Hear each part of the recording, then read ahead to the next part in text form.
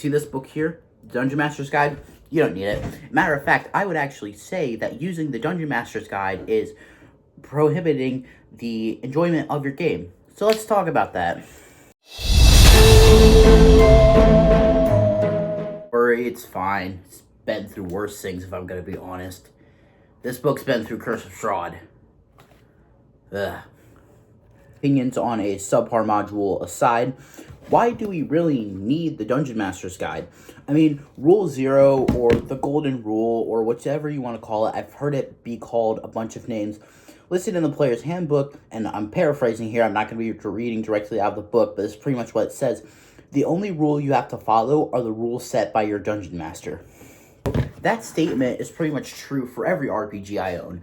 So why do we keep on getting these big, chunky Game Master source books that, according to that rule, we're not even supposed to use? Booklet right here is the starter set rules that come within the Lost Mines of Phandelver D&D starter kit. It was released for 5th edition and it's 32 pages long. It goes over how to play the game, like the modifiers and the stats, saving throws, like character creation, except for classes. For some reason, this doesn't have the classes in it that come with the starter set. That's weird. I don't know why it doesn't have it. You know, it has the spells for the pre-gens. It has all the actions you can do. Like, it even has a, like, equipment cost chart, which I still use to this day. Let's see what else. It basically, it just has a lot of stuff for such short pages. That's what I'm trying to say. Why isn't the Dungeon Master's Guide like this?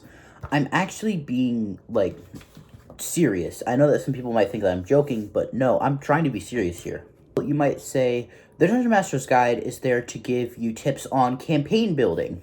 Like I've said before, that can be covered in something like this, in a small booklet, you know, that you can read over quickly. You might say, well, the Dungeon Master's Guide is really targeted towards new players and new first-time DMs that don't really know what they're doing. And my counterpoint to that is, why is the first chapter, part 1, creating a world of your own, and then that directly goes into creating a multiverse? I'm sorry, but if you're a first-time game master, I don't really think you should be focusing on creating a multiverse or focusing on the outer planes. I'm going to go out on a whim here and say that 80% of D&D campaigns don't spend a lot of time in planes that aren't the material plane. Unless you're playing in a pre-written adventure like Carnival Beyond the Witchlight, where you go to the Feywild, or Curse of Strahd, where you go to Barovia, most of the time adventures are going to be taking place in the material plane. Dungeon Master's Guide isn't even consistent. Like I just showed, the first chapter of the Dungeon Master's Guide is creating your own world, yet this Game Master's Guide is basically wanting you to make your campaigns take place within the Forgotten Realms. In fact, pages 49 through 57 are all about the Feywild, the Shadowfell, and the different elemental planes. Pretty much means that they want there to be a version of the Feywild, a version of the elemental plane of fire, a version of, is the plane of ooze in every single campaign setting. Yet, we can just get all this Forgotten Realms stuff out of here. Wonder if there is a product where it talked all about the Forgotten Realms, more particularly the Sword Coast. Oh yeah, that does exist. This book is known for being very short, so why didn't you just take all of the Forgotten Realms stuff out of this book? You know, the Dungeon Master's Guide, the one that's supposed to be universal setting, like usable. Why don't you just take all that stuff out of here and put it into there?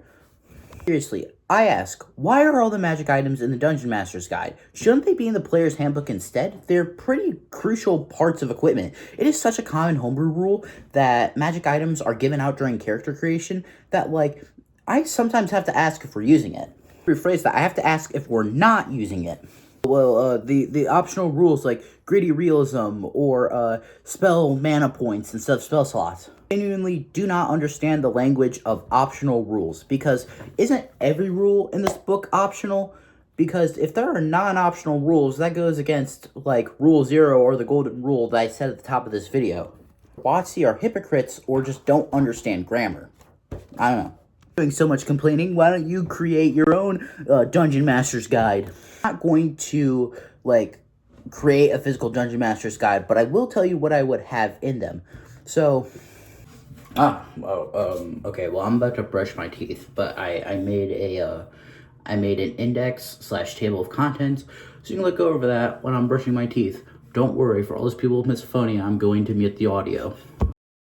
So as you can see here on this table of contents, I basically cut out all the stuff that didn't really need to be in a Game Master's Guide, and then I pretty much just put it down to the basics.